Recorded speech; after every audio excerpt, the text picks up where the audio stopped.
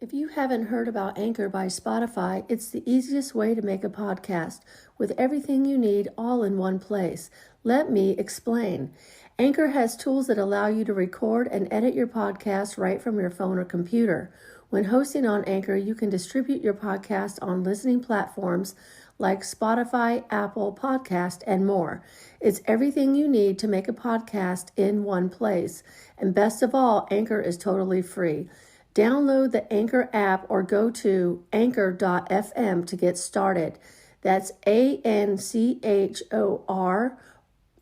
for the app, or go to ANCHOR.fm to get started.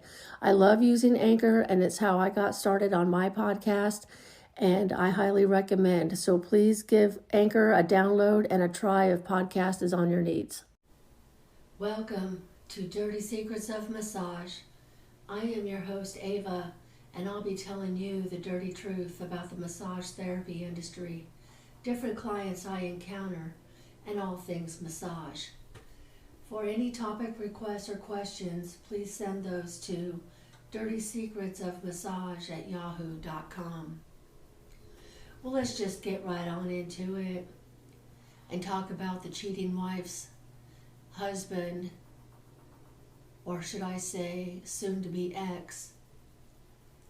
And I had known that they were obviously going to split up because of the conversations we had. And she had texted me not too long after the last time she was here to let me know that they had split up. And so then I saw a little tag online that the ex-husband's side business was going to be coming to an end, and I knew this was probably why. And so I took that opportunity to reach out to him and say that I'm sorry I didn't get to try his product, but that's okay. And so we texted back and forth for a little bit, and then he booked an appointment to come and see me for yesterday at 1 o'clock. And so I assumed he wanted a massage, but I didn't want to really assume. He might just want to chit-chat for all I know. See if he can get any scoop on his soon-to-be ex. And so he arrived on time. It looked like he lost some weight. He said a solid 40 pounds, which is good. And we chatted for probably an hour. And I realized somewhere in there that this guy is probably going to try to want to get me in the bed at one point or another, and I'm just not interested. One is the attraction factor isn't there, and number two, I'm not going to sleep with my client's ex-husband, or a client for that matter. And see, so he got his massage later on that afternoon, an hour on the table, which was plenty of time for me to assess other things like skin texture. I don't like my men too hairy, those kind of things. I'm always checking out everybody on the table. Whether I'm going to fuck them or not, I'm always assessing everybody as we all should, And so, somewhere along the line, we got talking about swing clubs and this and that, and I made sure to let him know that he and I will not be fucking. And he didn't seem to like that answer. And I threw out there, that he's a client and I can't fuck my clients because now, you're obviously a paid customer. And usually, that's an easy out for, I just don't want to fuck you anyways. So, and in my world, we're not going to do pity fucks. We're not going to do sympathy fucks or compassion fucks. None of that. And he's been married several times, and I have a problem with people being married several times, and the problem is, I'm not saying that this guy can't be trusted, but I just don't trust people that have been married that many times. I've watched my mother run through men and marriages. She had 3 divorces. Certainly not 6 or 7 like some people that I ran into, other women with many, many, many husbands. But it's almost like, is it you or is it them? And I'd rather stay single and just say it's me and not you. And things are just best that way, for me to stay single and in my own world. And so this gentleman, the soon-to-be ex, stayed over for a little while longer, and it was almost hard for him get him to leave. It was almost hard for me to get him to leave. And his wife is kind of similar. She's a real chatty girl, but I enjoy having her around and things like that, but it's too bad that they split up, you know. And so that was really all that happened with him, but he's going to go with me to the swing club on the 14th of January of 2023. And after he told me he had a couple drinks the other night and wasn't doing too swell, completely wasted, so to speak, I decided that it's probably best that we meet there promptly at 9 o'clock, like I like to, right in the parking lot. And we can go in together, but that's going to be the end of that party for me and him. I'll help him get in, but that's it. There's not going to be any fucking. There's not going to be any gang banging, threesomes, foursomes. There won't be any of that. There won't be any kind of sexual activity between he and I. Not now, not ever. And so I think it's best that we take separate vehicles, or I take an Uber or something, because I want absolutely nothing to do with the after party or him having a car here at my house and we Uber back to my place, and then now what am I going to do with a drunk guy, a drunk ex of a client? What am I going to do with that at 3 o'clock in the morning? Nothing, because it ain't going to happen. And so that's the lineup for January 14th.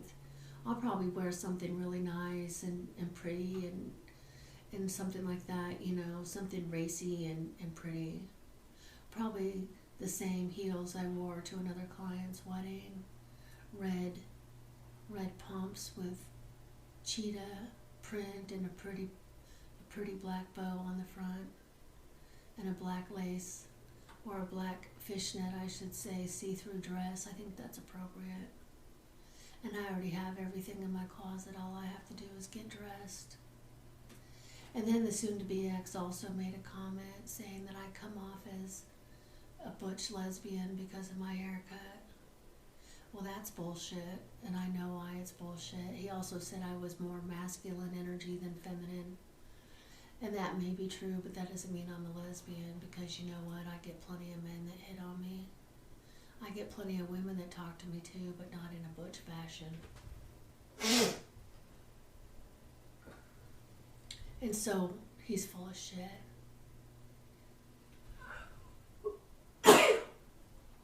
Please excuse me, I'm having a rough time with little allergy issues, sort of. It seems every time I want to make a podcast, I'm sneezing or coughing, or the dog is kicking in the door, or, you know, the shit is just hitting the fan somewhere, you know. And so he made a few digs at me to try to see if he can get a reaction out of me, and that's the thing. Men can say whatever they want, but at the end of the day, you have to go home, motherfucker. You're not staying here and insinuating that I'm a lesbian, because what lesbian wants to sleep with a fucking dude? You know? None that I know want to sleep with a dude, and not a dude with a bunch of ex-wives and a bunch of trauma that he's dragging from one relationship to the next. I think it's time he went to therapy and really started digging down, find out why all his wives cheat on him, find out what the deal is. I will say he makes good money, even though he doesn't have his little side hustle anymore. He still makes good money, but the management of that money may not be the best. And he asked for this podcast, and I politely told him I wasn't ready to give it to him. Actually, I'm not going to give it to him at all. If he finds it on his own somehow, good for him, but I'm not going to volunteer it, because he's part of one of those network groups, and he knows a lot of people in that group, including the leader. They all hang out together sometimes, which is fine. There's nothing wrong with that. But do you want to have access to my podcast where I'm talking shit about everybody in the network group? I mean, maybe not. I mean, you might get your feelings hurt And so that's all that's going on with him. I'm trying to get the Hispanic couple to join me. I tried to call the Chocolate Fox to get him to go. He said he's got a party to go to that weekend. So I'm really having no luck getting anybody to come with me to this thing unless I go by myself with this knucklehead, which is fine. I mean, he can come along, but as long as he knows he's not to put his hands on me at all and not to imply that he and I are together, because there's plenty of people that go to those swing clubs that aren't together. They go because they want to get in and don't get any funny ideas. Don't get any funny fucking ideas. Soon to be ex. You know? So I'm going to dig around and see if I can't find anybody else to go with me. I'm tired of all these fuddy-duddies that don't want to do shit. You know, I got a lot of friends that they don't call me back. They say they're going to call me back and they never do. So I'm going to stick to the friends that really do like me, which is probably only one or two of them. I'm a well disliked bitch, I guess. I don't know. Not that I care. These people don't pay my bills. By the way, I'd like to thank the United States government on behalf of certain departments for the raise on cost of living. That really helped me out.